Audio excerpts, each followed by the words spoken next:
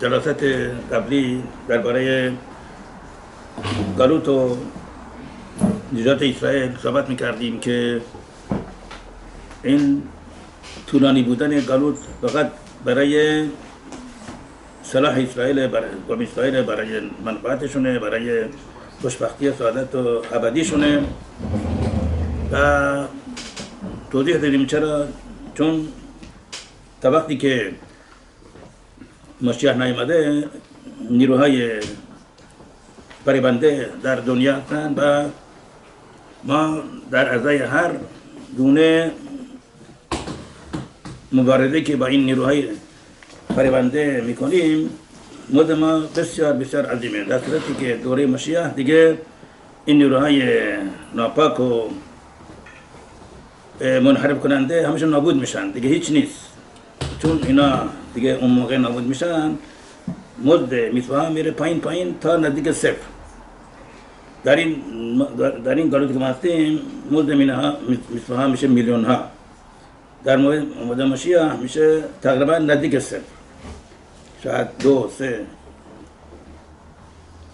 چون اون موقع دیگه نیروهای متضاد نیستن و بنابراین هیچ سختی نداره برای انجام دادن میسوها. همه بسیار بسیار آسونه، نه تنها آسونه بلکه یک نیروی مخصوصی ما را میکشنه به طرف میسوا، میکشنه به طرف تورا. هیچ کس دیگه نمیخواد گناهی بکنه، نمیخواد خطایی بکنه، برعکس همیشه هر کس با تمام قوا سعی میکنه که تمام میسوا را انجام بده به طور بسیار عالی، به طرز به نحو احسن، بسیار عالی. اون موقع دیگه بنابراین مزد میسوا میره پایین. واقعا همینه که این گالوت داره ادامه داره تا وقتی که تمام اونهایی که باز این دونه بیان و این به سعادت ابدی نائل بشن، این گالوت ادامه داره.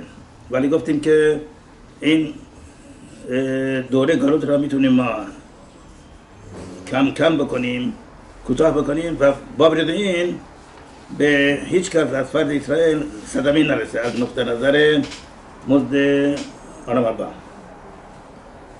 چطور گفتیم که این ما فرض کنیم یک چرخی هست به قطر 500 متر که پیرامونش میشه تقریبا 1570 متر. این چرخ امکان داره که در هر ساعت فقط 1 متر حرکت کنه، امکان داره در 10 متر، 100 متر، 1 کیلومتر. و گفتیم که این گالوت چیز برای بدونید تا چه موقع وقتی طول بکشه. فرض کنیم این چرخ فرضی و خیالی بس 1 میلیون بار بچرخه تا این تمام برنامه های اشتبارات انجام بشن، عملی بشن و قوم اسرائیل به هدفش برسه و همه قوم اسرائیل مزکی بشن و زندگی ابدی. وقتی که این 1 میلیون بار چرخید دیگه لازم نیست گالوت، دیگه لازم نیست. حالا ما میتونیم با عمل خودمون این چرخ خیالی را زودتر بچرخونیم. ما با هر میسایی که میکنیم، با هر آزمایشی که در هر آزمایش قرار میگیریم و بر غریزه خودمون چیره میشیم، ما باید میشه که این چرخ خیالی زودتر بچرخه، سریعتر بشه و در نتیجه این گالوت تمام میشه، ولی به هیچ کس از فرد اسرائیل ضرری ایجاد نمیشه. Thank you everyone for coming tonight. It's our weekly Tuesday night shiur. We have a couple of sponsors. We have a sponsor for the Lilu Nishmat of Eliyahu Baruch Ben Chaim and the Refuah Shlema for Ashraf Bat Godrat. Bezrat Hashem, and also for Harav Eliyahu Ben Malkas Eltanat. Bezrat Hashem, the Shabbat Refuah Shlema. So Harav is going to, for those that are new, Harav is going to speak in Farsi. I'm going to translate in English. I'm going to try my best. And also we have this every Tuesday night. So please join us. There's Zoom also for those that can't make it. If you're not in the WhatsApp groups, let me know or let somebody know. We can add you to the WhatsApp groups, and all the information is always posted in there every week. Okay, so last week we're in the 3rd series of the speeches that we spoke about Mashiach. The last couple weeks, just to speed it up really quickly, and to do a recap, we spoke about Galut, why we're in exile, why the Mashiach isn't coming, We said that ultimately it's for the benefit of us, the Jews, that if it comes faster than it should, it's not going to help us, it's actually going to hurt us. We explained that when Mashiach comes, the klipot, or the negative angels, or the negative forces that come and they try to prevent us from doing mitzvot and hurt us and not allow us to fall into traps and chas v'shalom do averot, those angels or those klipot or whatever you want to call them, they're going to get destroyed when Mashiach comes. With that being said, then we have no desire to do bad or want to do bad. So with that being said, the reward for those mitzvot that we do at the time that there's no desire to do bad also goes down. So we said when Mashiach comes and all those negative angels or those klipot get destroyed, the reward for every mitzvah that we do goes almost to zero or one.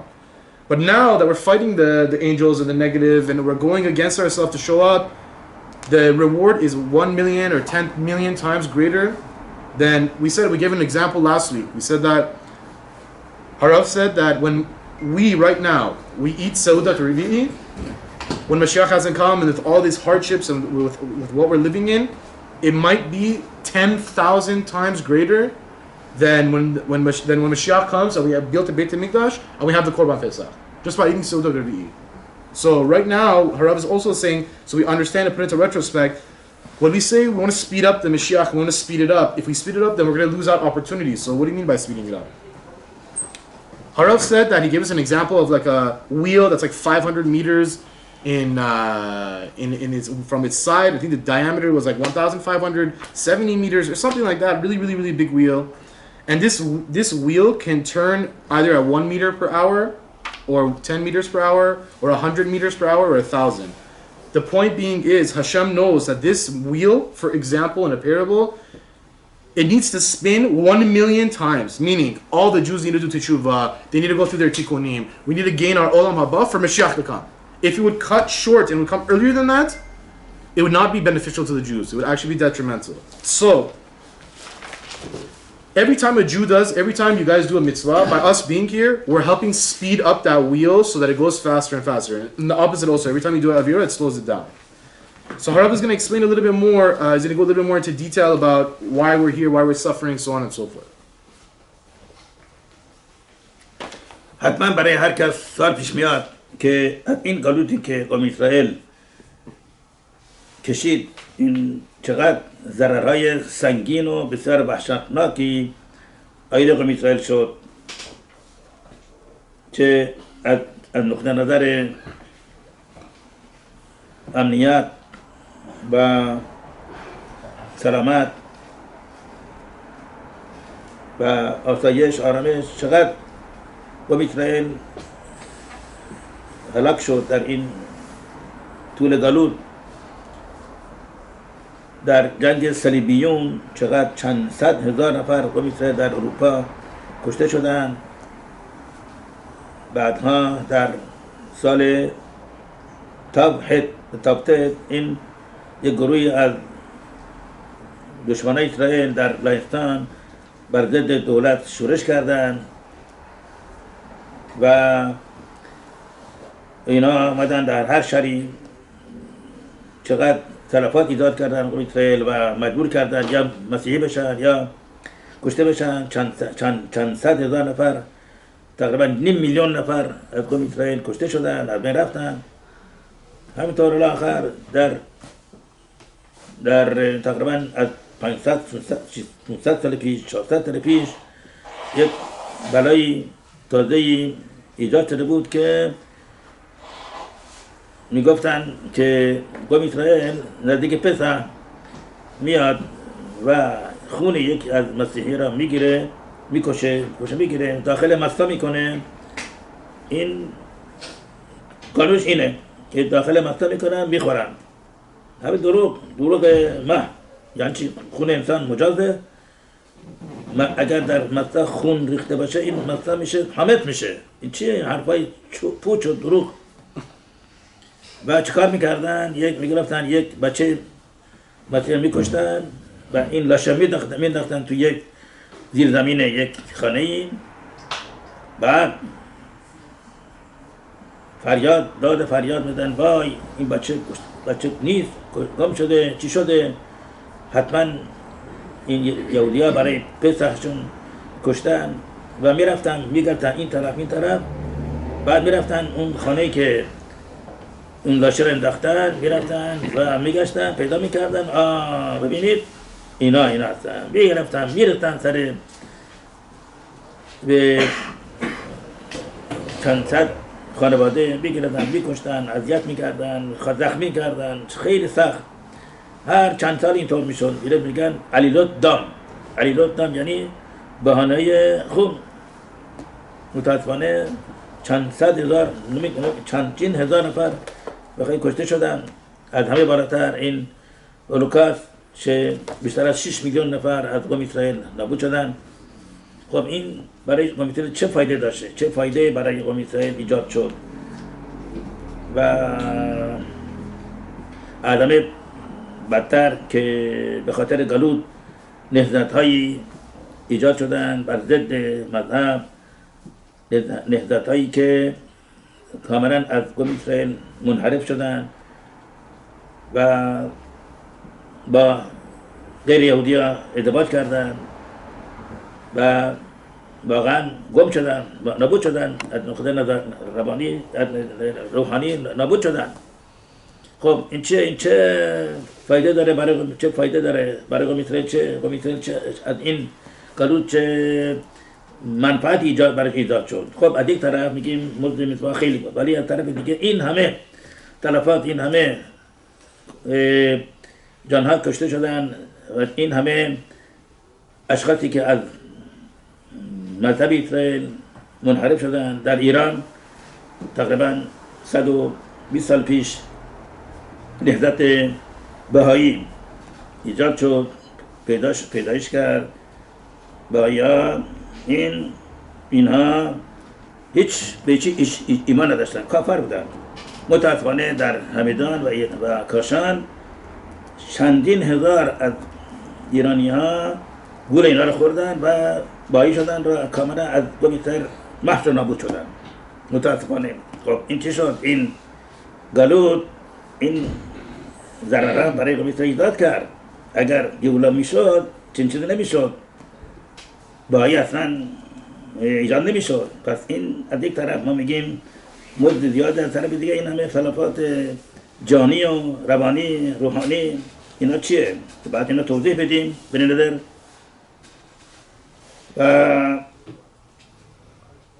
به طور منطقی اینا همه رو باید توضیح داد تعریف کرد که چرا اینا چه فایده داشته و همینطور هم در دوره ما این همه متاسفانه این همه از قوم اسرائیل میرن و با غیر یهودی‌ها ازدواج میکنن و کم کم اصلا قوم اسرائیل پاک میشن محو میشن که وقتی که زنی با غیر یهودی ازدواج کنه پسرش دخترش همیشه یهودی هستن ولی اینا با غیر یهودی ازدواج میکنن تموم شد رفت دیگه این از قوم اسرائیل پاک شد رفت چه برسه با مردی که با زن غیر یهودی ازدواج کنه همه بچه‌هاش اینا غیر یهودی هستن خب این چی شد این چه فایده داره برای قوم اسرائیل بعد اینا توضیح داد همه توضیح داره تعریف داره و به نظر درباره بدون مفصل ما توضیح خواهیم داد. So Harav is continuing and he's explaining a little bit more into detail. We said that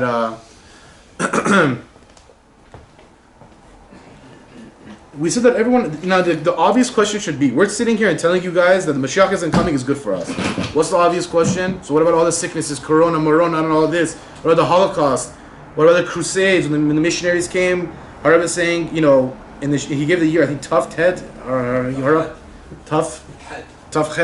Harav said they came and they killed so many people. They said, listen, either you're going to convert to Christianity or we're going to kill you. 500,000 people ended up dying, and then he ended up converting about 400 or 500 years ago. Also, I think Harav was speaking about the Spanish Inquisition, no? Around that time, for about 400 or 500 years ago when the Christians came. Pogroms in Poland. So many different. Yeah, Harav knows his history. So many different times in history this went and happened. Worse than all of this. Also, the Holocaust, 6 million people have died. But then also, Harav is saying that around 4 or 5 years ago in the pogroms, what happened was, they spread a rumor that was completely fake, that the Jews go, they kill a Christian boy, and they take the Christian boy's blood and they put it in the matzah, and they use that matzah to eat on Passover. Completely fake, because obviously blood is tuma, first of all. Second of all, if blood was to go into the matzah, it would become chametz. It's completely fake. Like, it can't be. Anyways, they said, yeah, that's what the Jews are doing. And then what the Christians themselves when they did is they went and they killed one of their own boys. They threw him somewhere, and they made a whole thing. Oh, where's this kid? Where's this kid? This one that's missing. Looking, and they end up slowly but surely looking in other places, but they go to that place where they threw him and say, look, you see, they killed him. It must be that the Jews killed him. They put the blood in the matzah, and they're eating the matzah. Completely fake. So Blood libel. Blood libel. That kind of stuff. Completely fake. Anyways, hundreds of thousands of Jews ended up dying because of this. Holocaust, 6 million more. So now the question is, how is this beneficial to us? We said the galut isn't coming. The reward of the mitzvah is great. If it comes before us, many of us will lose our olam haba. Many of the Jews they won't have the zechut to go to olam haba. From one side, okay, fine. But the second side, look at the damage that's happening. In Iran, about 120 years ago, Harav is saying also the Baha'is came. It was like the thing to do. They came, many people fell for them. The Baha'is don't believe in anything. Harav said they're called kofers. They came in Hamadan, Eswan. A lot of Jews fell for this. What happened there? How many are we losing? Harav is saying, listen, I'm going to explain to you guys why. How is it beneficial, why we're waiting. Also, Harav is saying, now the counter argument is also the intermarriage rate has went so high that soon Jews won't even exist anymore. If you just see the rate of intermarriage, Jews marry non-Jews, the kids become non-Jewish, then after that everything is gone, they don't even know that they're Jewish. Harav is going to explain a little bit more right now.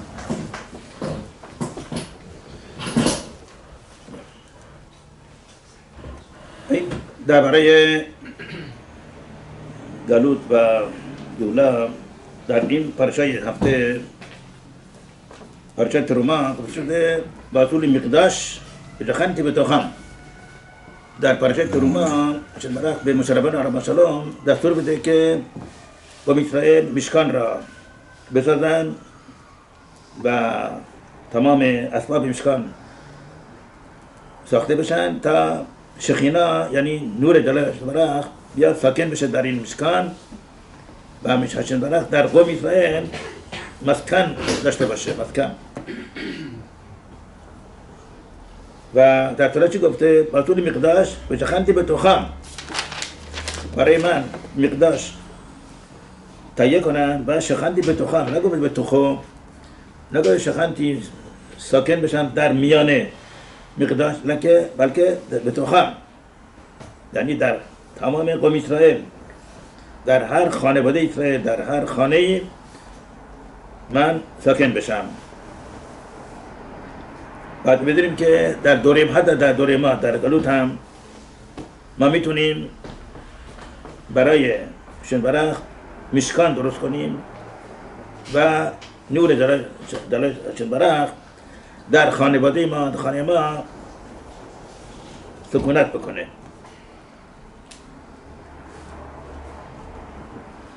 و بعد بدونیم چطور امکان داره که ما خونه خودمون تبدیل کنیم به مشکان ای امکان داره و راهش چیه اینو بعد بدونیم که هشن برخ بسیار بسیار مایل به صلح و صفا و دوستی و اتحاد و یک دستگی و محبت و کمک و مساعدت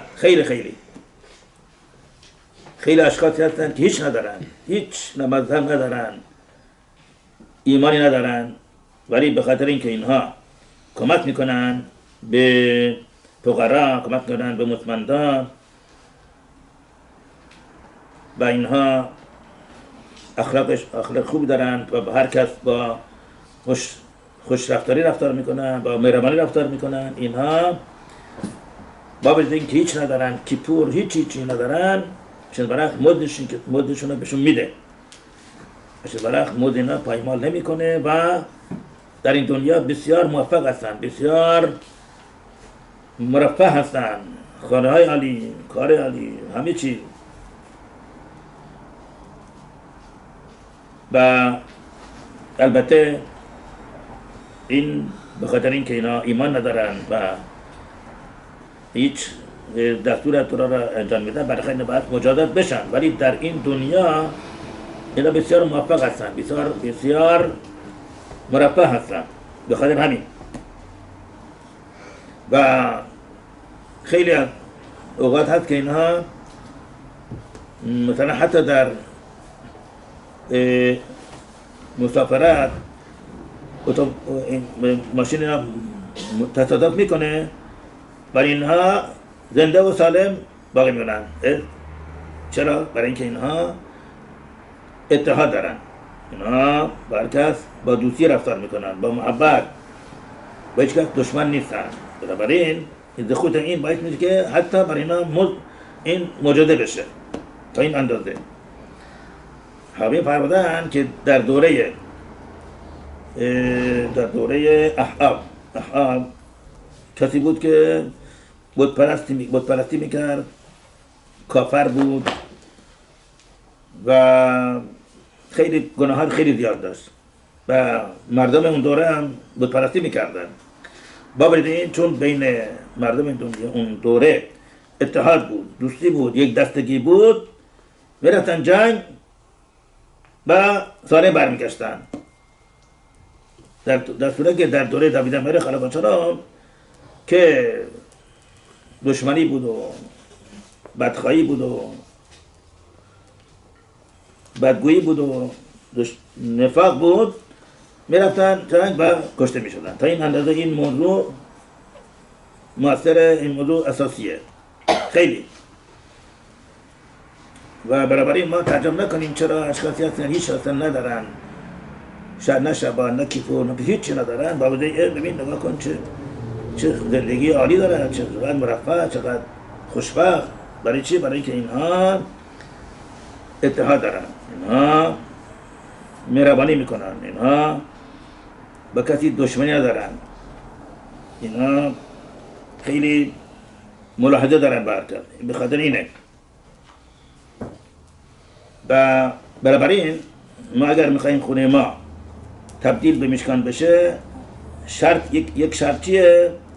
که در خونه محبت باشه، یک دستگی باشه، دشمنی نباشه، کینه توزی نباشه، دعوا مرافع نباشه، داد فریاد نباشه، احترام هر یک دیگری مراعات بشه، گذشت باشه. اگر کسی از خانواده یا زن یا شوهر که پسر دختر کاری کرد، کار ناراحت کننده، این دشمنی و داد فریاد نشه، بلکه گذشت بشه، از این موضوع نادیده فرد بشه، نادیده گرفته بشه.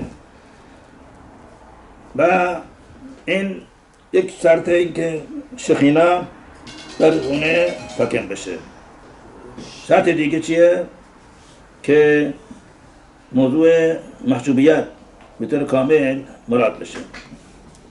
So Harav is saying that we said in this week's Parsha Truma, Hashem tells Moshe to build a Mishkan so that the Shekhinah can come into the Mishkan. And not only that, the Pasuk says that the Mishkan is going to be for where the Shekhinah comes into all the Jewish households. Hashem will come. All the Jewish households. Not just build me the Mishkan so I come only in the Mishkan. So even in our time, Harav is saying, Harav has spoken about this many times, when bad things start happening in the house, falling, breaking, fighting, accidents, these kind of stuff, Harav spoke about this many times. He says we need to make our house into a Mishkan so Hashem's Shekhinah comes and there be bliss. There are no more things that happen there that shouldn't happen, accidents. So we ask, how is it possible? How can we make our house into a Mishkan? Harav is saying, look, Hashem is the ultimate kind. He's the ultimate in chesed. He's the ultimate. He wants the best for everyone. There's no bad in Hashem. He's the ultimate. He's only good. So Harav is saying there's many people that have zero emunah. They don't believe in Hashem. They don't believe there's a God, chas v'shalom. They don't believe in any of that stuff. But yet, what do? They give some charity. They help like a widow. They help an orphan. They give some tzedakah. They have a nice attitude. When people speak to them, they don't jump into their face. They're nice with people. So that zechut Hashem rewards them. It makes them successful in this world. Even though they don't believe and they don't believe in Hashem, Hashem still rewards them, gives them a good job, good house, good life. But it's true, because they don't have anything, they don't have Kippur, Rosh Hashanah or anything, they need to get punished, but still, in this world, they're successful.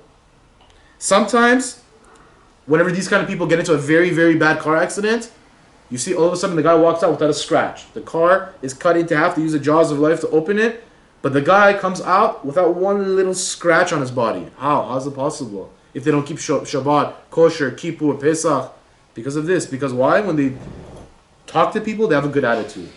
They're nice to people. They help out a little bit. Your friend needs help, you're there for your friend. You're nice to your wife. You're nice to your family. Harav is saying, basically, the Chachamim say that there was a guy there in the time of Achav. He was super, super, super bad. And the people there, they were all like, I guess it was like a super, they were all doing Avodah Zarah, super bad sins. With all the negative that they were doing, whenever they went to war, they were successful, none of them died. They wouldn't die. None of them would die. Also, if you, in contrast to that, in the time of David HaMelech, when the Jews were not nice to each other as much, when they would go into the war, all the Jews would die. So we see from here how much not fighting, not making enemies, being nice to each other, not fighting, not going crazy, not holding a grudge, how far it can go. So then, if we want the Shekhinah to come in our house, so that these negative angels, they can't come into our house, they can't cause us to fall, slip, break bones, whatever, so on and so forth, there's certain conditions that need to be met, that the Shekhinah comes into the house and these angels leave, these bad forces leave, and there will not be any accidents that will happen in the house. The first condition is there has to be no fighting. No fighting between husband and wife, no fighting between kids, brother and sister, friends. You must be respectful to each other. Compromise. Don't go crazy and hold everything as a grudge. Even if one of the kids did something or one of the sisters or brothers did something, don't hold a grudge. Don't be enemies. Don't go crazy, start yelling, cursing. Don't break the respect. Keep the respect. And the second condition that needs to be met is there needs to be modesty in the house. And Harav is going to explain a little bit more about that. Or everywhere, not just in the house, right? Specifically the house. موضوع محجوبیت خیلی خیلی مهمه و عدم مراعات این موضوع باعث میشه که شخینا از خونه فرار بکنه و وقتی که شخینا از خانه خارج فرار بکنه نیروهای منفی و داد ستان و موذی و خرابکار میان در خانه و انواع اقسام خرابی ها و ناراحتی ها و دعواها و ناسامانی ها و اختلافات و کشمکش ها و انواع اقسام بدبختی دیگر ایجاد میکنن و بنابراین بعد این موضوع خیلی بس بهش توجه کرد ما خیال نکنیم که این چیزی نیست موضوع پیش پا افتاده است و خیلی اهمیت نداره چیزی نیست اینطور نیست خیلی اهمیت داره شرط سکونت شخینا در خونه اینه که موضوع محجوبیت به طور کامل مراد بشه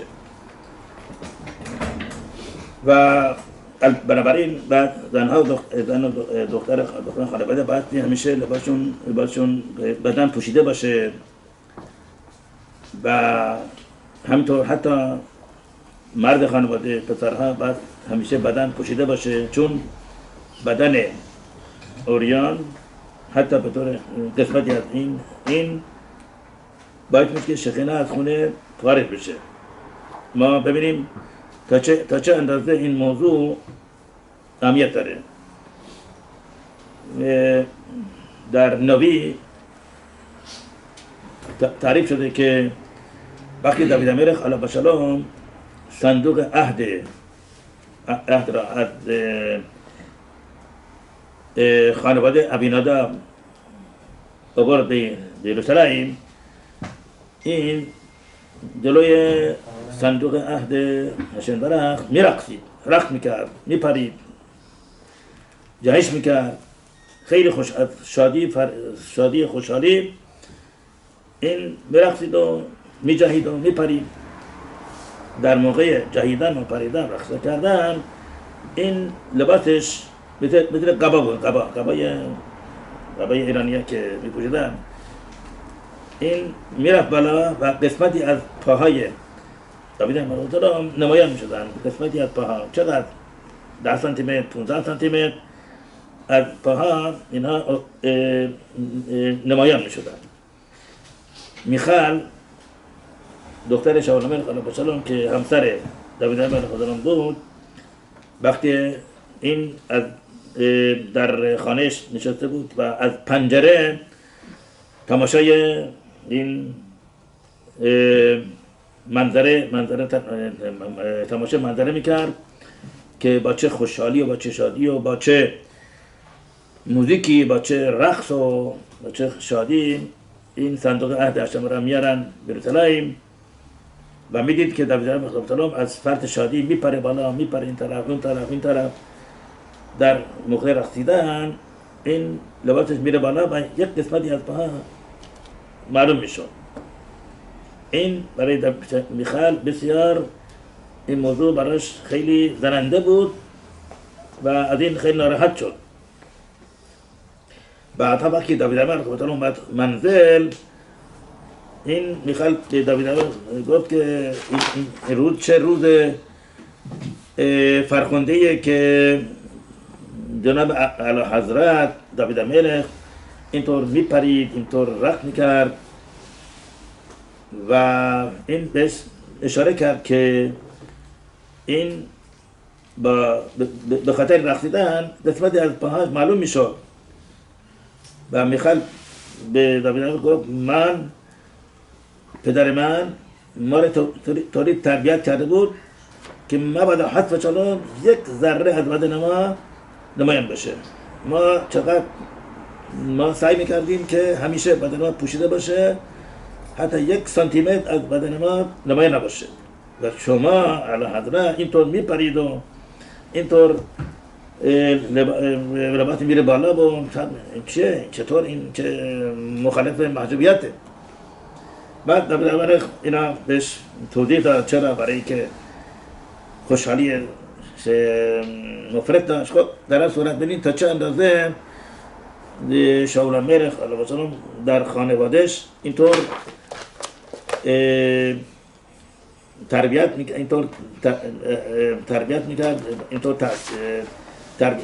میکرد که نبادا هیچ قسمتی از بدن نمایان باشه هیچ وقت. و وقتی که داوود الملک علیه السلام از دست شاول فرار میکرد، چون شاول الملک میخواد داوود بکشه، چون این داوود الملک میخواد پادشاه بشه و این حکم چی داشت؟ حکم کسی که بر ضد پادشاه داره توطئه میکنه، داره نقشه میکشه، سرپیچی میکنه، بنابراین باید بکشته. این در بیابان انگدی داوود الملک با اشخاصش اونجا رفتن توی مغاره. در مغاره اونجا پنهان شده بودن. شاول الملک میاد تو این مغاره برای رفع حاجت که اونجا رفع حاجت بکنه. چه کار میکنه؟ خودش در اون مغاره میره تو مغاره که اونجا تاریکه و بابت این وقتی میخواد رفع حاجت بکنه این دبای خودش هم میاره میپوشانه، با خود کاملا میپوشانه که مبادا اصلا یک ذره از بدنش میان بشه. این رفع حاجت میکنه میره بیرون و داوود الملک علیه السلام بهش میگه که تو واجب کشت بودی که تو مرا تعقیب کرده بودی برای که مرا بکشی. دیگه به حلقه قانون تورا اینه که اگر کسی رو تعقیب میکنه که بکشه، اون تعقیب شده مجازه که اون تعقیب کننده رو بکشه. کسی که تعقیب میشه از کسی، تعقیب کننده میخواد اون تعقیب شده رو بکشه، تعقیب شده مجازه که تعقیب کننده رو بکشه. داوود الملک به شاول چی گفت؟ تو واجب کش بودیم، میتونستم تو بکشم، ولی به خاطر اینکه تا این اندازه به نکته محجوبیت را مراعات کردی که حتی در مغاره تو مغاره که تاریکه با این سعی کردی که تمام بدن پوشیده باشه، این محجوبیت تو باعث شد که من به تو دست نزنم، به تو کار نداشتم. محجوبیت تو را از مرگ حتمی نجات داد. این انداز. بنابراین در شماروخ گفته شده که وقتی انسان در دوره های قدیم اینها قباب میشدن، قباب لباس بلند، و وقتی که زن میخواد از رخت خواب بیاد بیرون، بعد اول اون لباس رو بپوشه، تمام بدن بپوشه، بعد اون پتو را از خودش در بیاره که مبادا قسمتی از بدن انسان نمایان باشه. چون این موضوع بسیار مهمه و مراعات این موضوع باعث میشه که شخینا بیاد در خونه ساکن بشه. وقتی شخینا آمد، تمام نیروهای منفی و مزاحم و میکروب ها و انگل ها و باکتری ها و همه اینا فرا میکنه از خونه میرن بیرون. این خیلی مهم. So Harav is saying, okay, that was a lot. So let me make sure I got it. Okay, we spoke about modesty. This was a second condition that needs to be met for the Shekhinah to come into our house, to make our house into a Mishkan. So Harav says this causes basically, now going against modesty, if you're not immodest in your own house, this causes the Shekhinah to leave. And when that happens, kind of like what I was saying before, the negative angels, the klipot, or whatever you want to call them, they come into your house and they start causing all sorts of disasters, accidents, slip and fall, this breaks, that breaks, suffering, sicknesses, bacteria, corona, whatever all that stuff you want to say, you can say. So Harav is saying, therefore, this is extremely important. Don't think this is not a big deal. I'm in my own house. Who's seeing me? Who can see me? Who doesn't see me? It's not about who can see you. It's the Shekhinah is going to come and rest in your house or not. Harav is saying, therefore, the women in the house, also with the men, both need to make sure that they're always covered. Not only the women, the men also. If the man is also not covered fully, that can cause the Shekhinah to not rest in the house, and also that when the Shekhinah leaves, that's when the negative angels come and they start creating all these things. So Harav is saying, to prove all this to you, Harav always gives sources. It says in the Navi that when basically David went and took the ark to he took it, and as they were taking it, I guess it's like a kind of when you take a Sefer Torah, they were dancing, singing, music. And then I think back then they would wear kind of like a garb type thing, like a long robe that would cover their bodies. And then as David was taking the thing, he was singing and dancing. He was happy. He was jumping. As he jumped, I guess his robe went up like 10 centimeters or 15 centimeters of his foot started showing. Michal, who was there, who was Shaul's daughter, saw this from the window from far. All the dancing, and they're taking they're going crazy, the ark. And she sees David's foot starts to show 10 to 15 centimeters. She then goes up to him after and says, listen, in our house, my father Shaul taught us that not even 1 centimeter of our body needs to be showing. You, when you were jumping around, 10, 15 centimeters of your legs started showing. And David explains to her, no, it's because I was dancing, because of the Torah, I was very happy. But we see what's the point of this? We see from here how Shaul, from the time of the Nevi'im, would train his family members and teach them to make sure they're 100% covered at all times. Yeah. So when David, he was running away from Shaul at one point because David was destined to be king, and Shaul said, oh, because now you're trying to become king, you're trying to kill me, so therefore I'm going to kill you. David ran away. He went into En Gedi. He went to this cave that was extremely dark. David went with some of his people. Shaul then comes in there, and even when he goes into a cave where there's absolutely no light to go find David to kill David, he first makes sure that he's 100% covered head to toe, and then he steps foot in the cave. David then sees, and then after they see each other and they talk to each other, David tells him, listen, there's a halacha that anybody who comes to kill you, you rise and you kill them first. However, because you came in here and you were so extremely careful to be modest, the halacha is that I can't touch you. I'm not going to kill you. Basically, you saved yourself from death. He had to use the restroom, and then he made coverings kept covering and covering so nobody sees. البته در جزء I'll say it after. ایجاد محبت و دوستی و یگانگی این موضوع عصبانیت هم هست. عصبانیت این خیلی برای صلح خانواده این مضر زیان‌آوره. بنابراین باستی بدم کو سعی کرد که در خونه هیچ وقت عصبانیت ایجاد نشه. عصبانیت بسیار مضره، بسیار در محبت و یگانگی و دوستی در خانه این زیان‌آوره بسیار. بنابراین باز خیلی سعی کرد که در خانه عصبانیت نباشه. بعد این همیشه وعده بود که اگر اتفاقی افتاد که برخلاف وضعیت یکی از زن یا شوهر باشه اینو نادیده گرفت و تحمل کرد.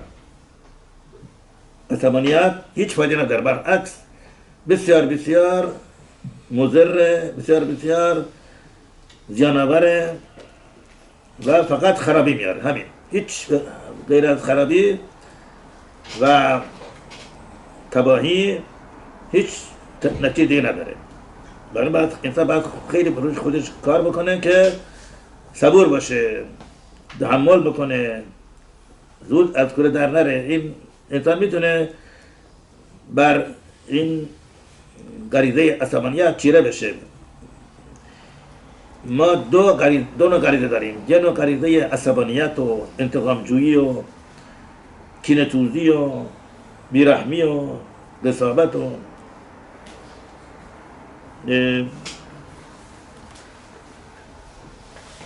بیرحمی و یک غریزه دیگه هست، غریزه دنبال کردن انواع اقسام هوس‌ها.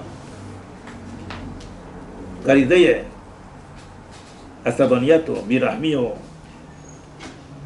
بی‌عاطفگی و اینا انسان حس میکنه که اینها خیلی مضر هستن و هیچ فایده برایش انسان ایجاد نمیکنن. انسان عصبانی میشه، چه فایده داره؟ هیچ. خودش رو ناراحت میکنه، برای اعصاب خوب نیست، برای قلب خوب نیست، برای دستگاه هاضمه اینا خوب نیست. خیلی برای مضر برای انسان آمدن. کسانی که عصبانی نمیشن طول عمرشون بیشتر از اون کسانی که عصبانی میشن، بیشتره، خیلی بیشتر. یعنی امکان طولانی عمر بستگی داره به اینکه انسان صبور باشه و تحمل بکنه، عصبانیت درش ایجاد نباشه. این امکان طولانی عمر بسیار موجود هست، بسیار در این شخص امکان داره، این موجود میشه. کسی که مرتب عصبانی میشه این برای خودش خیلی مضره و سلامتی قلب و اعصاب و سایر اعضای بدن، بر دستگاه هاضمه و همینطور مغز خیلی بده، خیلی مضره. بنابراین باید انسان خود کار بکنه و موفق میخواهد شد، یواش یواش موفق خواهد شد. در صورتی که غریزه دنبال کردن انواع هوس‌ها خیلی سخت‌تر از اینه که یعنی موفق شدن به مغلوب کردن غریزه دنبال کردن هوس‌ها خیلی سخت‌تر از چیه؟ از مغلوب کردن و زیر پا گذاشتن غریزه عصبانیت. برای این انسان برای خود اگر کمی تحمل داشته باشه، حاضر باشه، میتونه به زودی به درجه برسه اصلا هیچ عصبانی نشه. So Harav is saying, listen, whenever you want to, and also to correct laughing really quickly when David and Shaul went into the cave, it was because Shaul was extremely careful when he went to the bathroom to cover, and not to show even one part of his skin. That's why David didn't kill him. Anyways, trying to get that out of there also. So also, Harav is saying the dangers of anger. We're saying our whole point of the conversation is that whenever you have the Shekhinah in your house, to take away the bad, so nothing bad can happen to you. Now, anger, if there's anger, it's all over. It's very, very bad for the family. It's very bad for the whole situation. So a person must be extremely careful never to get angry. Even with situations between husband and wife, stay cool. Don't get upset. Let it go. Anger just leads to destruction, Harav is saying. He says, be careful never to get angry. So there's different types of stuff. There's like a tava, or like a temptation to chase our temptations. Whatever it may be, food, sleep, whatever. And then there's another thing to try to get over, another habit to try to break is anger, making enemies with people, taking revenge. Harav is trying to say, anger, there's zero benefit. And it's not healthy for the body. It raises, pressure, sugar. It's not healthy. Those who get angry, they don't live as long as those who don't get angry. But someone who gets angry all the time, they don't live as long as someone who's not as angry as all the time. This is a thing because their body's not as healthy. But someone who works on this, Hashem will help him to make him successful. You need to just start working on anger. Harav said in the past to read specifically Musar books. I think he said Pele Yoetz. From Harav Eliezer Papo, they have it in English. To read and start working on it, and Hashem is going to help him to get over that anger. بعد یکی از عوامل دشمنی و دعوا و مرافعه در خونه اینه که یکی از زوج به دیگری توهین میکنه، حتی فحش میده، بعد بیراه میگه. این دیگری ممکن از کوره در بره و اینم 10 تا حرف بد بزنه و فحش بده و دعوا بکنه و در این صورت صلح خانواده کاملا از بین میره. در این موارد بعد این چاره اینه که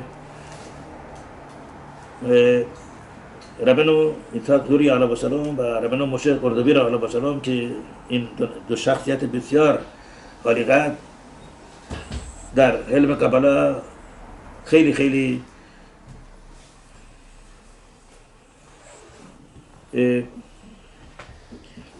وارد بودن، در درجه بسیار شامخی قرار داشتن، بر روح خودش بودن. هر دوشون بودن که اگر انسان ها میدونستن که از توهین کردن و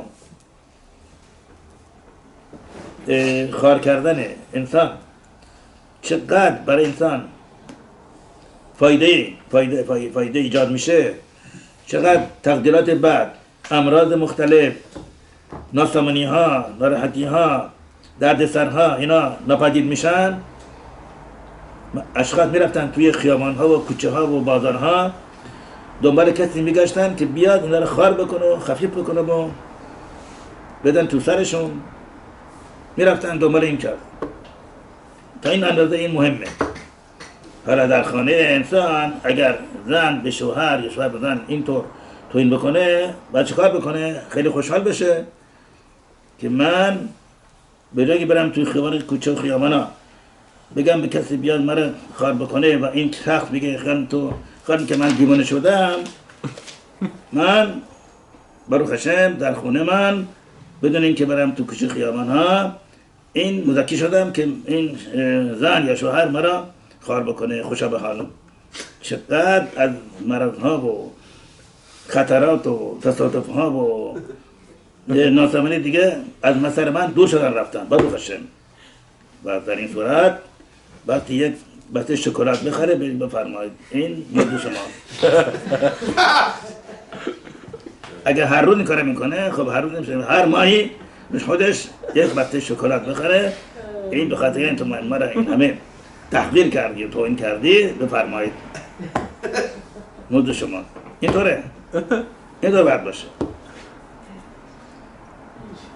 و این چقدر کمک میکنه به صلح خانواده، به آرامش خانواده. وقتی دیگری میبینه که این هرچی بهش توهین میکنه بابت این دشمنی نداره، این یواش یواش دیگه نرم میشه و دیگه بعدش میاد که به این توهین بکنه. دیگه خود به خود این اصلاح میشه. پس این موضوع رو باستی بهش خیلی اهمیت داد. انسان از اینکه دیگری بهش خاری و خفت ایجاد میکنه، براش خاری و خفت ایجاد میکنه، نباستی از کوره در بره، نباستی خیال کنه که این بدبخته بیچاره، برعکس خوشبخته. خیلی اوقات هست که برای انسان مقدر شده که در ده تصادفی حتی شلوم جانی از دست بره، به خاطر اینکه تأخیر شده این گداره باطل میشه. خب چیز بدیه، کم مزدیه، انسان جان خودش را میخره و برای اینکه 40 سال عمر کنه 85 سال 90 سال عمر میکنه. چیز بدیه، خیلی عالیه. برای این دانستن این موضوع و اهمیت داره چقدر از دعواها و مرافعات و دشمنی ها و کینه‌توزی ها از خونه کاملا ناپدید میکنه. در این صورت این شخینا در این خانواده ساکن میشه. و همینطور هم از نقطه نظر محجوبیت این زن شوهردار بستی مار خود بپوشانه و در ظاهر می‌فرماد که وقتی زن خانواده مار خود بپوشانه، کاملا بپوشانه، این شخینا در خونه ساکن میشه و نیروهای بدخواه و موذی و دادستان و خرابکار از خونه فرار میکنن و این باعث میشه که این شوهرش، بچه هاش در تورا و ایرشبای اینها ترغیب بکنن و پیشرفت بکنن، خوشبخت بشن، سعادتمند بشن. و برعکس اگر این موضوع پوشیدن میسر در خونه مورد نشه، شخینا از خونه فرار میکنه. به جای این نیروهای منفی، دادستان و انتقامجو میان و اذیت میکنن. هی میرن و میان در خونه انواع اقسام خرابکاری ها و شکست شدن ظرف ها و ناراحتی که ایجاد میکنن و در این خانواده صلح و صفا و آرامش نیست. So Harav he's talking a little bit more about the bringing the Shekhinah into the house. He said one of the reasons for fighting in the house is that, is like one of the reasons that the fight turns so crazy into the house. The husband or the wife, one says to the other, one yells at the other and says something, and then like let's say the wife yells at the husband, and the husband gets upset, and he turns around and he blows his fuse, and he starts going crazy at the wife, and then the wife curses at the husband, and the husband gives her 10 curses back. It just turns into like a spiral downward thing. He said Harav Yitzchak Luria and Rav Cordovera. Moshe Cordovera. So both of them are huge Kabbalists. Arizal, we from all the Kabbalah that we have almost comes from all from him. They both had Ruach HaKodesh. They both said if people only knew that when they go in public and they get embarrassed in public, or when they get embarrassed in general, if they only know, if they see in Shemaim how much sicknesses, diseases, all the gezerot, all that stuff that was supposed to come to a person gets batiled and all their sins get erased, people will run around in the streets, find people, give them money to embarrass them. Now, with that thought, Harav is saying, the Arizal is saying people should go in the streets and ask what if they knew. Now, how lucky is a person that their husband or wife, whatever it may be, yells at you and screams at you and embarrasses you or upsets you and you don't say anything. Harav said you should do the opposite. You shouldn't yell and curse. You should say thank you. You should say thank you, and go buy her a chocolate and give her a chocolate and say thank you so much. But then Harav said if she yells at you every day, don't go buy chocolate every day. Once a month on Rosh Chodesh, go buy the chocolate. Say thank you so much. Give her the chocolate. So the whole point is that in the house, when this happens, let it, think of how many gezerot in Shemaim. Harav is saying no, that sometimes there's a gezerah in Shemaim that a person must get into a car accident, chas v'shalom, leave the olam or get seriously injured. And because he was in a situation where his wife or his husband, they went crazy at each other, or the wife went crazy at the husband, or the husband went crazy at the wife, and they didn't answer, they didn't say anything, because of that zechut, they ended up being saved from the car accident. Let's say they were supposed to die chas v'shalom at 40 years old, Harav says they lived till 85, to 90 years old. So the answer is, get a wife who yells at you, live a long life. Don't answer back. Don't answer back. Just be quiet. So Harav is also saying, look, with that being said, also the wife needs to cover her hair in the house. It's extremely important. He said if the wife doesn't cover her hair, the Shekinah doesn't come in there, and the klipot that we said, they come in and they cause damages, things to break, people to fall, sicknesses happen. They affect the husband's business, they affect the husband's success. It really has to do with that also. So that is also to cover the hair, not fight, not get angry. That prevents the negative angels from coming in, helps the husband's business do well, helps more bliss to be into the house, erases a lot of bad decrees, and makes everything more positive. برای ایران یک کربانی برای من تعریف کرد که در خونهشون هی مرتب اتفاق عجیب غریب و ناراحت کننده و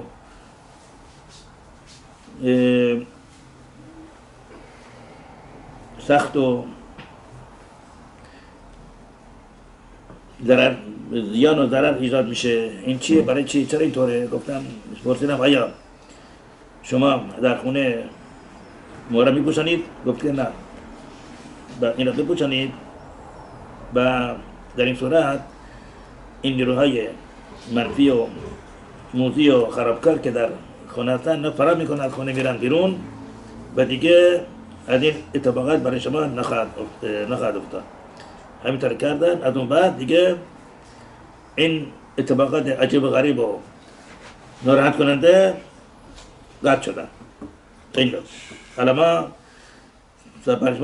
حتما سوال پیش میاد پس چرا در این خانواده هستن که اصلا هیچ این موضوع محبوجات را ایجاد نمی کنن، بهش اهمیت نمیدن، با وجود این در خونه اینها آرامش هست، آسایش هست، خوشبختی هست، سعادت هست. پس این چیه؟ چرا در این خانواده ها هیچ امر منفی و ناراحت کننده ایجاد نمیشه؟ برای چی؟ اینو بعد این موضوع خیلی مهمه بدونیم. این سوال هم پیش میاد برای کسانی که اصلا شبات نگاه نمیدارن هیچ و با وجود این در زندگی خیلی موفق هستن، هیچ وقت ضرر ندارن، زیان ندارن و ثروتمند هستن، در شبات کار میکنن ولی هیچ وقت ضرر ندارن. این چیه؟ چطوره؟ باید ببینیم که این بسیار بسیار خطرناکه. یعنی این وضعیت که انسان هیچ تورا و میثوت را مراعات نمیکنه، انجام میده، با وجود این خوشبختی داره، این بسیار خطرناکه. چطور؟ یک مرضی هست، این مرض باعث میشه که حس لامسه انسان باطل بشه. حس لامسه یعنی چی؟ ما دست میزنیم به جای داغ فوری دست میکشیم، دست میخوره به یک سوزن فوری دست ما همطور دست ما میخوره به یخ فوری ما دست میکشیم بیرون. چرا؟ دست ما یا بدن ما حس میکنه و ما خودمون را از این امر ناراحت کننده و خطرناک خودمون را کنار میکشیم. اگر دست ما بخوره توی شعله آتش فوری در برمیگردیم. چرا؟ چون اگر دست اونجا مونه میسوزه، از بین میره. پس این که ما احساس درد و سوزش میکنیم این خوشبختیه که ما خودمون را از هر خطری، از هر عامل هلاک کننده خودمون میکشیم بیرون. حالا یک مرضی هست که حس سلامت انسان باطل میشه. یعنی چی؟ یعنی اگر انسان یک لیوان چای داغ بخوره توی دهانی بریزه هیچ احساس سوزش نمیکنه، هیچ. این چای داغ میره توی گلوش، در گلوش زخم ایجاد میشه، چرک ایجاد میشه و این شخص زود مریض میشه و از بین میره.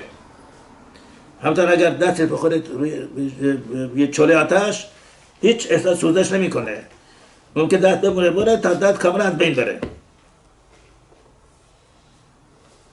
همطور اگر دست بخوره به یک سوزنی بهش کاردی هیچ احساس نمیکنه، ممکن این دست این سوزن داخل بدنت بشه و همطور خون جاری بشه و هیچ احساس نمیکنه. آیا این شخص خوشبختیه؟ این احساس نکردن درد و سوزش این خوشبختیه؟ بدبختیه، بیچارگیه. این عمر این اشخاص خیلی کم میشه، چون اینها از خطرات خودشون کنار نمیکشن، از آب داغ، از آتش، از سوزن، از کار نمیکشن. دارین اینها خیلی زندگیشون خطرناکه و اینها عمرشون هم خیلی کوتاه میشه. پس خوشبختی چیه؟ که انسان احساس سوزش بکنه، احساس درد بکنه که خودش از خطر برهانه. حالا کسانی که هیچ ندارن، هیچ شبات، هیچ محجوبیت اینا نمیکنن، باب دیدین هیچ احساس درد و ناراحتی و ناسام نمیکنن، این چیه؟ خوشبختیه؟ بدبختیه. اینها اینطور وضعیت باعث میکنن برن جلو، هیچ اصلا فکر اشتباه نکنند و از دنیا برن. هیچ. اگر اینها احساس درد میکردن، سوزش میکردن، اینا دنبال چاره میگشتن. چرا اینطوره؟ چرا ما این همه بدبختی داریم؟ چرا ما این همه ناسامنی داریم؟ چرا ما این همه خودمون دعوا و مرافعه است؟ چرا این همه ما ناسامنی داریم؟ ضرر داریم؟ برای چیه؟ برای چه کار کنیم؟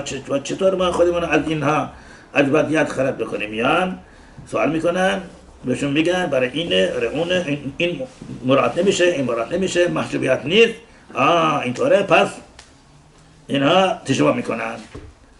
یعنی اونهایی که هیچ مراعات نمیکنن بابت خوشبخت و سعادتمندان، اینا بدبخت واقعی هستن. اینا اصلا هیچ وقت به فکر نمیرسه چه بکنن. یعنی حشر برخ با اینها دشمنی داره. این دوستی نیست، دشمنیه. پس ما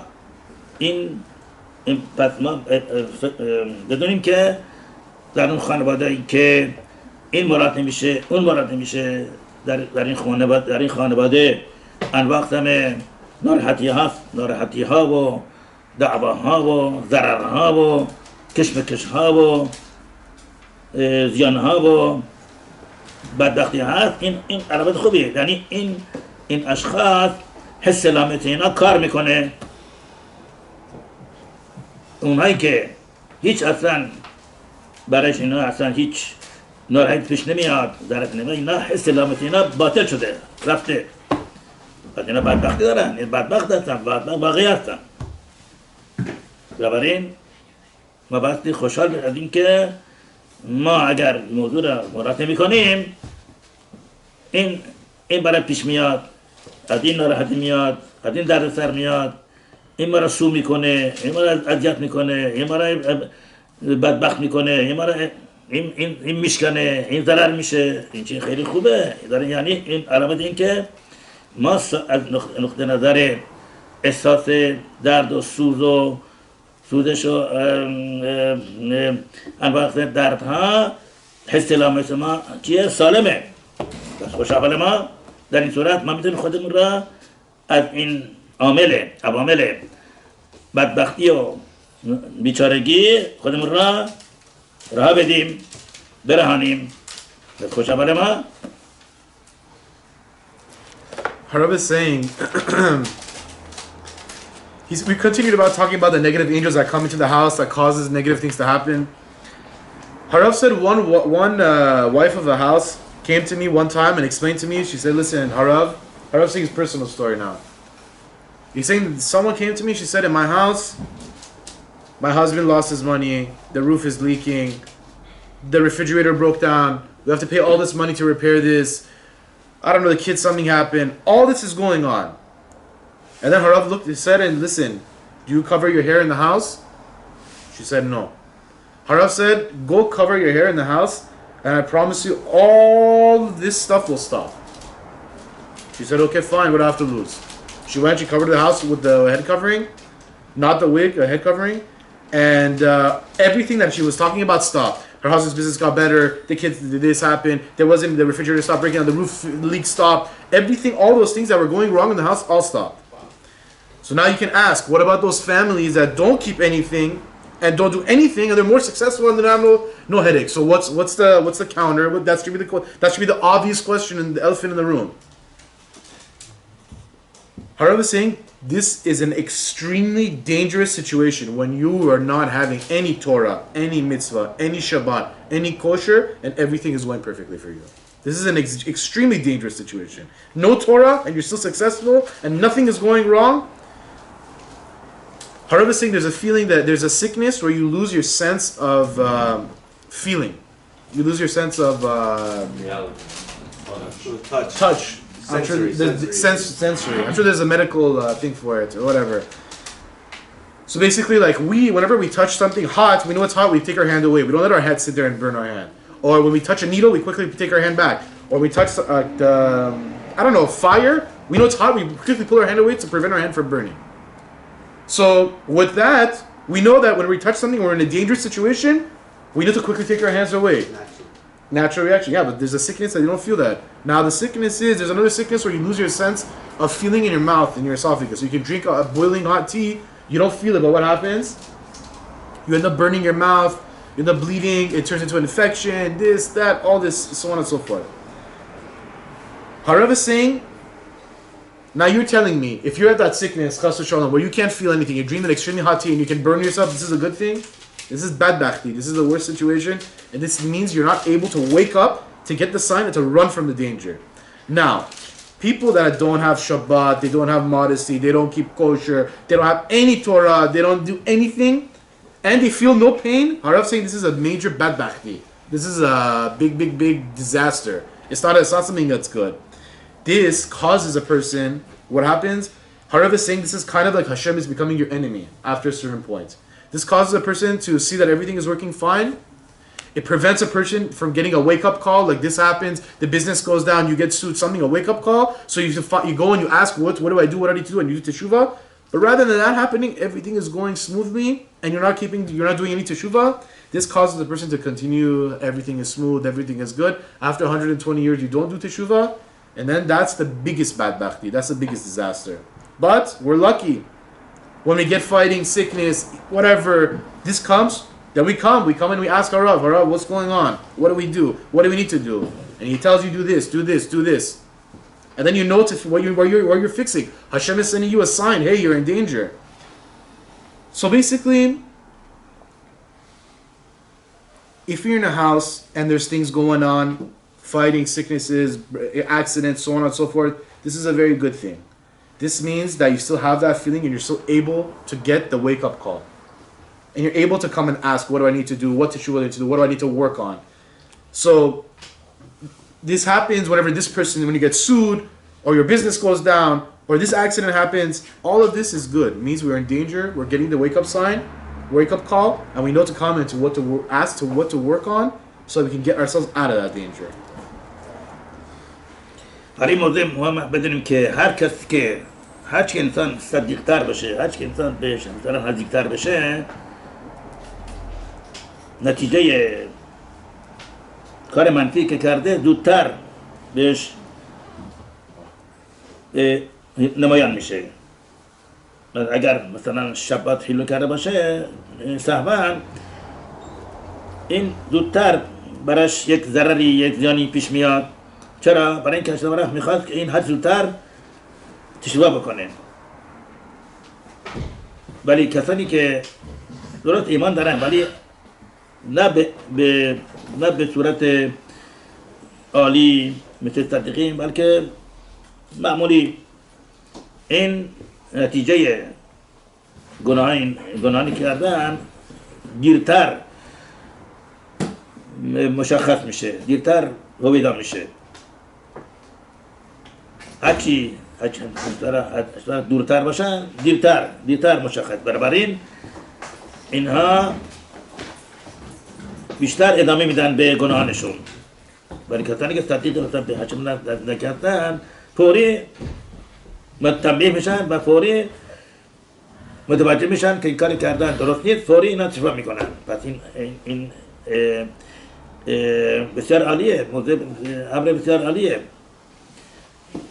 به خاطر همینه که در وقتی کمیته در بیابان بودن فوری بعد از گناه میکردن فورا مجازات میشدن، نه اینکه 10 سال دیگه، نه همون آنن مجازات میشدن.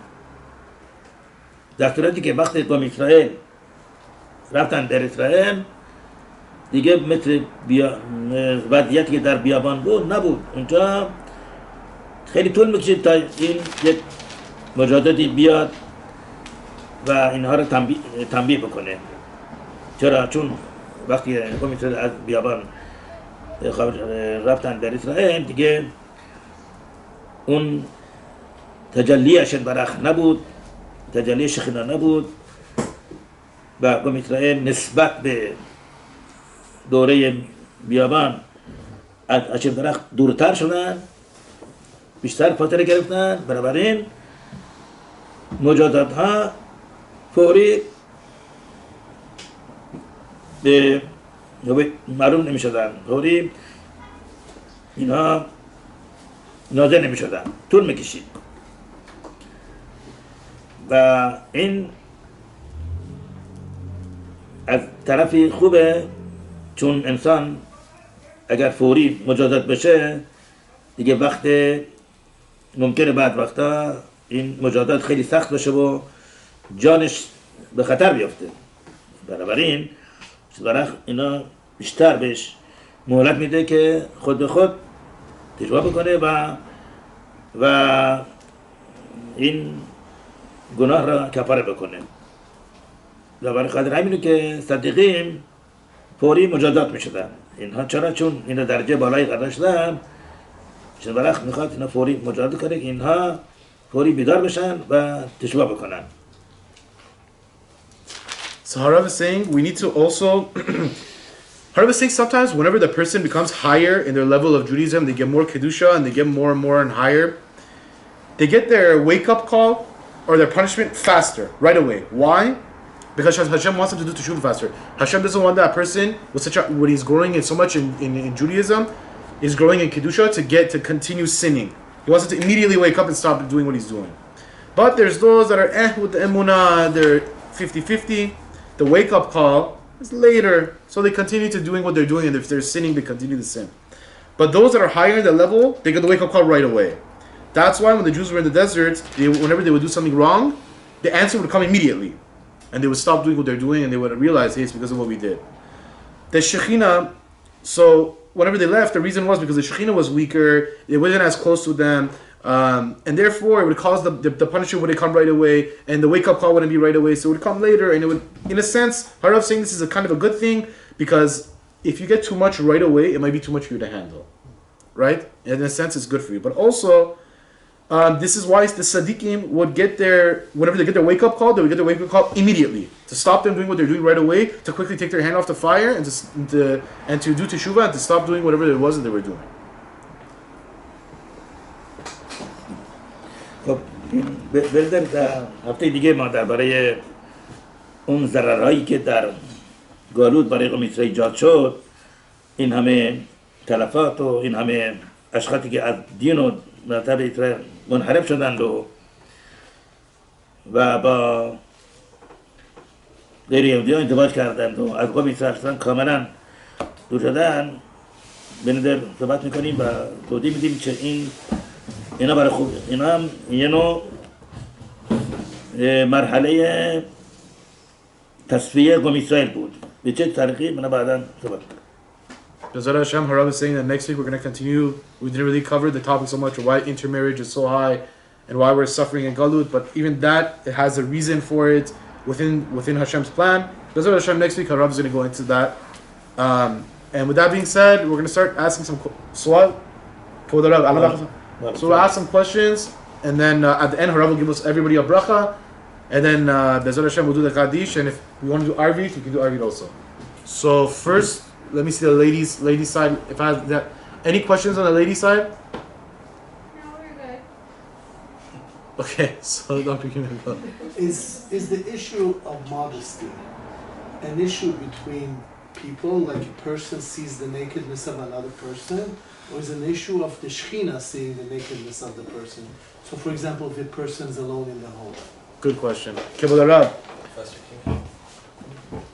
دارن میپرسن که موضوع محجوبیت موضوعیه که آیا اگر کسر دیگه شما رو ببینه که مثلا لباس محجوبیت نپوشیدید اون مشکله یا اصلا ربطی نداره اگر خونه تنها باشین شخینا حتی تنها باشین برای در چون عروس به طور یه خلاقه هست که من گفتم که وقتی انسان در دوره قدیم که قبا داشتن قبا یعنی مثل دامن بود که از گردن میپوشین تا بوزک پا این وقتی میخوادن بخوابن این قبا رو در میآوردن بس این طور باشه که این بدنشون هیچ معلوم نباشه اول برن زیر پتو یواش یواش این قبا رو از در بیارن و در این صورت همیشه بدن پوشیده است همینطور وقتی میخوان از خواب بیدار شدن میخوان برن بند بشن اول بستی قبا رو بزن روی سرشون یواش یواش اینا بکشن پایین تا کودک پا بعد از زیر پتو در بیان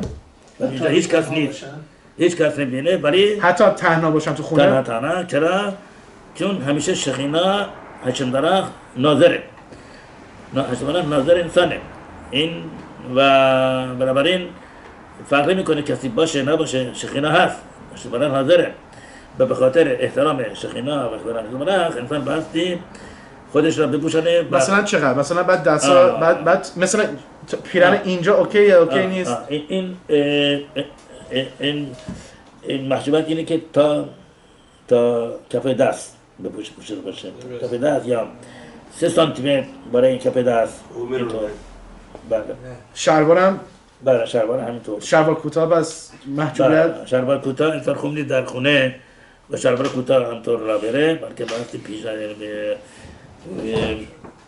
پیژامه باشه شلوار پیژامه باشه و بدن پوشیده باشه همیشه تا این اندازه که در مشتبه را میفرماد که انسان وقتی که میخواد جوراب بپوشه جورابش را زیر پتو بپوشه که پاهاش معلوم نشه. Okay. So the question was asked, what's so about modesty? Is it a problem if other people see you in not wearing nakedness or whatever, or is it? همطور گفتم این موضوع بسیار کمک میده برای نجات دادن انسان از انواع اقسام خطرات. همطور گفتیم که داوید امیر خدا باشرم چی گفت به شاول ملک تو مستحق مرگ بودی تو مرا تعقیب کردی منم میتونستم طبق قانون تو را بکشم ولی چی چون تو این همه در محجوبیت تو به خودت زحمت میدیدی حتی مغارب در بیابان و جایی که اصلا تاریک مغارب چیه مغارب جایی که نور نمیاد اونجا اینا توی مغارب دیگه بیشتر بابردین وقتی میخواد به تمام بدن پوشان مبادا قسمت بدن نمایان باشه و اینطور رفع حاجت کرد به خاطر این من به تو دست میزنم به تو نمیکشم اینطور که بودارا امکان داره اگه خدای نکرده خاص شالام کسی یه مریضی داشته باشه که دکترها میگن خاص شالام تمومه و لباس محجوبیت تو خونش بپوشه امکان داره که این مریضی از دستش بره امکان داره واو امکانش هست حالا ممکنه 5% ممکنه 10% ممکنه ولی از هیچی بهتره بیشتره wow okay so insane crazy stuff blows your mind. So Harav is saying, the question was asked, what's the problem with modesty? Is it only when people see you if you're not wearing short pants or short sleeve? Or is it you generally alone in the house and you feel like, whatever, wearing a short sleeve or no one's there to see you? So Harav said, listen, the Shekhinah is there for all the Jews, right? It's ready. At all times. So therefore, even if nobody's there, we need to, Harav, I think, the halakha that he said in Shulchan Aruch, I didn't say that part but anyways, there's a halakha in Shulchan Aruch that whenever you want to put on, back in the day they used to wear like a garb, robe type thing. Whenever you wanted to take it off, you used to have to go under the blanket. Then slowly as you're putting your blanket on, take off the garb. So chas v'shalom, you don't show your body. You're always covered. Also, the Mishnah Berurah goes on to say that even when you want to wear your socks, you should put it on under your thing. It's a halacha that's brought down. So Harav says, listen, this is extremely important for keeping disasters and sicknesses and all this away. So I asked Harav, I said, hold on a second, Harav. Let's say Chas v'Shalom someone has a cancer, God forbid, and they work on this thing, and the guy goes and he covers, and I asked him, what's considered fully being modest? He said for covering pretty much up to your palm of your hand, within 2-3 centimeters, and also you're wearing long pants covering your legs, not short pants. So I said, okay. I asked Harav, I said, if someone has a cancer, let's say, God forbid, and they're super careful to do this, is there a chance that because of this, the cancer will go away? He said, yes. He said, there's a chance, 5%, 10%, better than nothing, but yes, they will open up a leadway for that disease to go away. و اینو مزم بگیم که خیلی نکنیم که این چیز کار آسونیه که انسان همیشه سعی کنه که بدنش کم پوشیده باشه، زیر رخت خواب خودش بپوشانه و هیچ وقت بدنش عریان نباشه و تنها جایی که مجازه که انسان بدن عریان باشه در اون اتاق حمامه.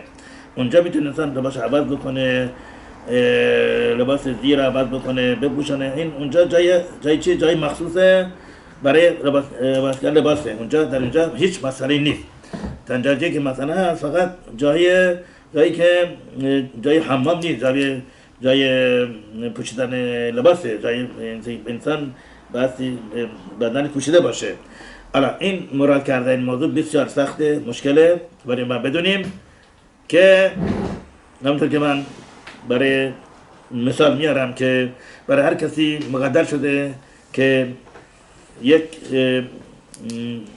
پیمانه درد و رنج و عذاب را در زندگی تحمل بکنه. مثلا برای یک کس برایش این مقدر شده که یک پیمانه 10 لیتری مثلا برای مثال این در زندگیش بکشه، رنج بکشه، عذاب بکشه برای کفارت امانات این گلگول قبلی.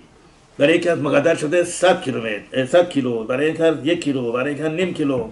حالا کسانی که آخر باهوش هستن چیکار میکنن؟ این پیمانه رو پر میکنن از سختی ها و رنج ها، عذاب های ناشی شده از مراد محجوبیت. یعنی این سختی برای خود قبول میکنه، این برای ناراحت کننده است، این رنج عذاب. این چی میشه؟ این پیمخور میشه این سختی ها دیگه از شر امراض مختلف مثل همین امراضی که ما در این دوره هست خود خلاص میکنه، خودش و خانواده و همه اطرافیانه و همینطور از انواع همه ناراحتی دیگه و خوشا به حالش. به جای اینکه انسان بره توی بیمارستان این همه رنج و عذاب بکشه و اونجا بستری بشه، برای خودش این ناراحت مصنوعی را ایجاد میکنه دیگه. از شر این همه دردسر ها و بیماری ها و ناراحتی ها خودش را خلاص میکنه. چه بهتر هم میسوا میکنه، هم از شر سختی ها و عذاب ها و رنج ها و بدبختی دیگه خودش را خلاص میکنه. دو تا این منفعت دو برابره، هم میسوا میکنه و هم از شر این ناراحتی ها و بدبختی ها خلاص میشه. So Harav is saying, don't think that this is easy, always making sure all parts of your body are covered. This is extremely difficult. But Harav is saying that look, every person in their life, they're destined to have one, for example, 1 liter full of difficulties, 5 liter, 10 liters, 150 liters. Every person is different based on their kaparat avanot, from their past gilgulim, from whatever the gilgul that they lived in the past. Now, if a person goes and puts upon himself a fake hardship, not a fake hardship, but like a hardship that he's gaining double from. How? By always making sure that you're covered, your legs are covered, your arms are covered. It's extremely, extremely difficult. And what does that do for you? It's a double win. One, you're erasing bad decrees and filling up that for example, that pitcher that fills up 1 liter worth of difficulty, you're filling it up with this difficulty of covering yourself, so therefore there's no room for other difficulty to come in. And 2, you're also gaining mitzvot. So it's a win-win. You're gaining mitzvot and you're not allowing other difficulty to come inside. So how lucky is a person that actually takes his advice and does it? Can I ask you a follow-on question on that? Sorry, just is the secret of this that Chetav Adam Arishon gave a skin? Is that the nakedness related to that? That's the shortage of it? که با شورش این محجوبیت وقتی از آدم ریشون میاد که یه ذره بدنشون نشون داد که خطا کرد. نه خب آدم ریشون بعدی خطا کرد چون براشون یک پیراهن مخصوصی تهیه کرد و اینا پوشانید و این از اون موقع دیگه پوشاندن بدن یکی از مهمترین شرط نسبت قوم اسرائیل و مذهب اسرائیل. So basically covering yourself is extremely important, and after Adam did the sin, that's when Hashem kind of made like a shirt for him, clothes, and he had to cover himself, and that's when it started. Here's way. Rabbi said regarding the hammam, one can dress. Oh, that's right. I'm sorry. So I didn't say this. So Harav said, so where are you supposed to change and all that stuff? He said in the shower, that's usually the place where you change your clothes, underwear, whatever, so on and so forth. Bathroom. Shower is okay to go. The bathroom, that's the place where you should go and change your undergarments and so on and so forth. Because that place is destined for, changing, and that's fine. I'll ask about walking closet. Walking closets are made with change. کیودارا بعضی اتاق دارن که مثلا کلازته توش لباس میذارن، درم داره که میتونی درا رو ببندی. آیا اون تو مجازه یا بهتره بره تو دستشویی؟ یعنی جای مخصوص عمل کردن لباس چی اونجا؟ لباساشونو میذارن. اتاق برای لباس. نه. کمد بزرگه مثلا. یه کمده ولی شبیه اتاقه از بس بزرگه. نه اونجا اتاق لباسه، نه اتاق عمل کردن. عوض کردن به لباس ها. اتاق لباس اونجا لباس نگهداری میکنن. Go to the bathroom. He said no. He said I gotta change in the bathroom. No questions on the ladies' side? Okay, if you feel like the Hashem Shekhinah left your house because something happened between you and your wife or something, what's the fastest way to bring it back? Good question. کیودارا اگر اولا وقت داریم برای سوال دیگه؟ بله. اگر مثلا دارم میپرسن توی خونه یه جنگی شد بین زن و شوهر، یه چیزی شد که شخینه فرار کرد، آیا در اون زمان چیکار میشه کرد که شخینه رو زودی برگردون؟ بعد آدم دیگه آشتی کنن، مسئلت خواهی کنن و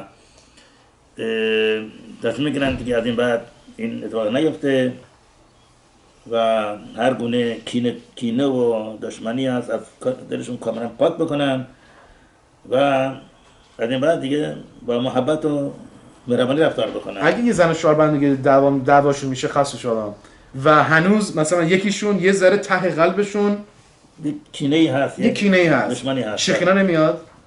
امکان داره که نیاد. بعد کاملا محبت کاملا باشه. کینه توزی و دشمنی شخینه رو فرار میده از خونه. Also, what if it's because of nakedness? What if it leaves because of nakedness? So the same concept. So the question was asked, what do you do to bring the Shekhinah back as fast as you can? You make up with your wife, you say I'm sorry, and he said also you can't have even one little bit of resentment or anger or grudge against each other. You have to say, okay, it's done, we let it go, finish it, done with, and that's it.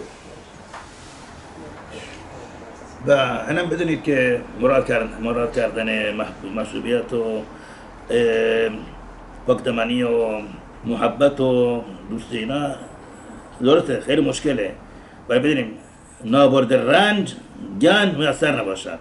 در فارسی یک شعری هست نابرد رنج گنج میسر نباشد. یعنی گنج اگر میخواد گنج را برای خودش به دست بیاره تصاحب بکنه برای چی؟ برای رنج بکشه.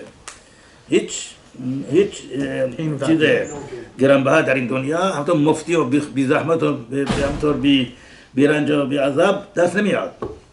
این یک مثال خیلی ساده که زن شوهر این که بعد از ازدواج منتظر چی هستن که داره بچه بشن. خب این بچه همطور مفتی میاد، همطور بی زحمت بی رنج همطور میاد. نه این زن باستی چقدر در دوران آبستنی رنج بکشه، عذاب بکشه، غیب بکنه، استفراغ بکنه، نمیدونم بخوابه، و بعد مزایمان چقدر رنج و عذاب و سختی بکشه تا داد بزنه فریاد بکشه. بعد اینکه این بچه دونه بعد هر شب ساعت 2:30 شب 2:30 تا خواب بپره بیرون، بپره به شیر بده، این تمیزش بکنه، این آسونه، خیلی سخته، ولی با این اشخاص عاقل و فهمیده با کمال محبت میپذیرن. چرا؟ این بچه دار شدن خیلی خیلی ارزش داره، خیلی گرانبهاست که این همه زحمت و رنج و عذاب میارزن. بنابراین این موضوع مراعات محسوبیت و پاکدامنی و دوستی و محبت درست سخته ولی میارزه. چرا؟ چون اینقدر اینا گرانبها هستن که انسان خیلی صلاحه که بر اینجا خودش سختی بده تا مزکی بشه به این منافعی که از مراعات محسوبیت و دوستی و محبت این براش آید میشه، از منافع اینها بهره مند بشه. So Harav basically is saying no pain, no gain. Everything is hard, that everything that there's good to it, you have to go through it. For example, Harav is saying, we're talking about specifically about covering, about not going crazy with the husband and wife. When someone says something to you, you don't answer them back, you keep your mouth. These are extremely difficult. But again, no pain, no gain. With the extreme difficulty comes extreme reward. So Harav give an example. He says, having kids, is it easy? No. The wife has to go get pregnant in the morning, sick is throwing up, going here, labor pain, screaming, epidural, this crazy stuff, all that stuff you have to go through. And at the end, the kid comes, wakes up in the middle of the night, changing, diapers, sick, doctor. It's nonstop. So he's going through, to get the enjoyment of having a baby, you have to go through all the hardship. Also over here, Harav is saying 100%. It's hard not to go crazy at your wife or your husband. Or to wear modest clothing. Or to not have any grudge or any hatred or anything against anyone. Yes, it's hard. But just look at the reward of how many sicknesses and how many this and all that is battling just by you going against your nature. Hashem will go against his nature for you. Is there anything that Harav recommends doing as a segula or whatever for Rosh Chodesh? Not for Rosh Chodesh? Is there anything new we could learn about? Adar? Specifically about Adar or just in general? No, just in general. Or if it's about Adar, but just in که general. الان که روش خودش آدار هستیم سگولایی هست که ما انجام بدیم که ماهمون خوب باشه که حتلا داشته باشیم. بله، چنین مراد کردن انواع اقسام نکات محجوبیت و دوستی و محبت و آموختن تورا. پس همه روش خودش ها اگه بتونن پس باروخ هشم که ما اینجاییم، یعنی داریم بس باروخ هشم. Basically, the answer is just learn some Torah, work on these things that we're telling you. These things are extremely difficult. Modesty and all that stuff. فخاص برای سوال دیگه که داره. Yeah, Harav. You know when like for example like we touch our arm, we have to wash. For the baby, for let's say a person touches his forearm, he has to wash. Why is that? Is it why the arm is too much? Is it sweat? Is it because it's new? که دارم میپرسم ما وقتی مثلا به بدنمون دست میزنیم بعد فوری بریم اطلاع بگیریم یه بار یا اصلا لازم نیست کلیس یه بار زیر چرا مگه بدنمون توما داره؟ نه، برای ما به خاطر اینکه انسان وقتی که لباس میپوشه بدنش عرق میکنه، این عرق این ناپاکی داره و بنابراین وقتی انسان میخواد برخه بگی یا تورا بخونه بعد دستاش باید پاک باشن. عرقه توما داره؟ توما نداره، این موضوع ناپاکی کثافته آلودگی. ولی طرف که میخواد تفلین ببنده دستش که به بدنش دستش میخوره.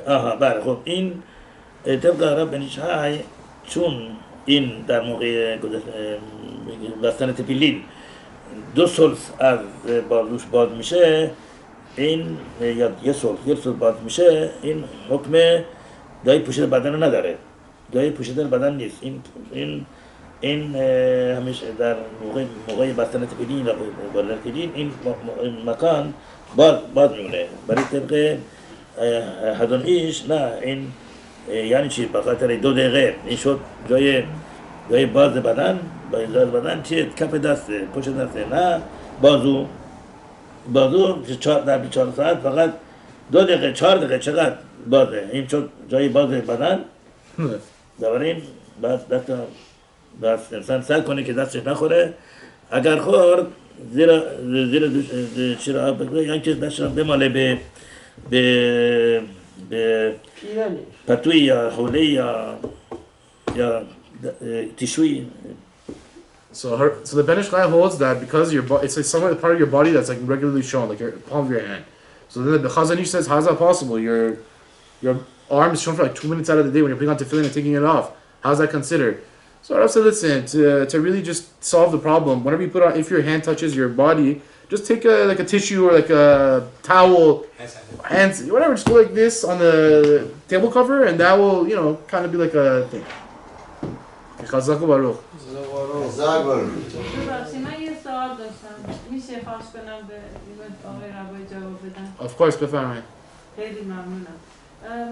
وقتی اگه کسی شب از خواب چند بار پا میشه باید هر چند بار بره دستشو نتیلت بگیره؟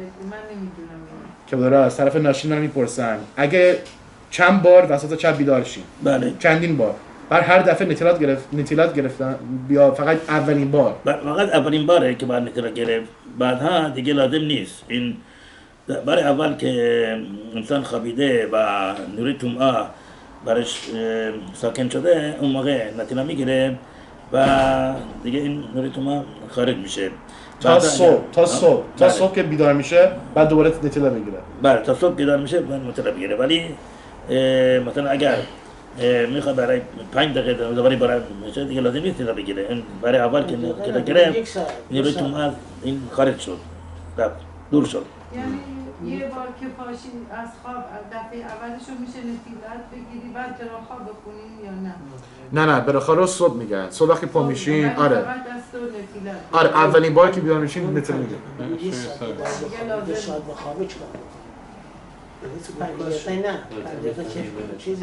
که اگه مثلا 1 ساعت 2 ساعت خواب بودین بعدش بیدار میشین، بعدش دوباره 1-2 ساعت دیگه میخوابه بیدار میشین، اون موقع چی؟ اینم لازم نیست، چون برای اول که انسان خوابیده بعد کنیم ساعت 9:30 شب خوابیده تا ساعت 12 در این صورت این طمع برش مسلط شده و برای بعد نتیلت گرفت. ولی اگر بعد از این خوابید اون طمع دیگه نیست و البته اگه میخواد برخا بگیره بعد نتیلت گیره. ولی فقط صبح برخا میگن. صبح که بیدار میشن میخوان برن میشن نتیلت میگیرن اون موقع برخا میگن. میگن. اوکی. ربی خالانیا. ازاک بارو.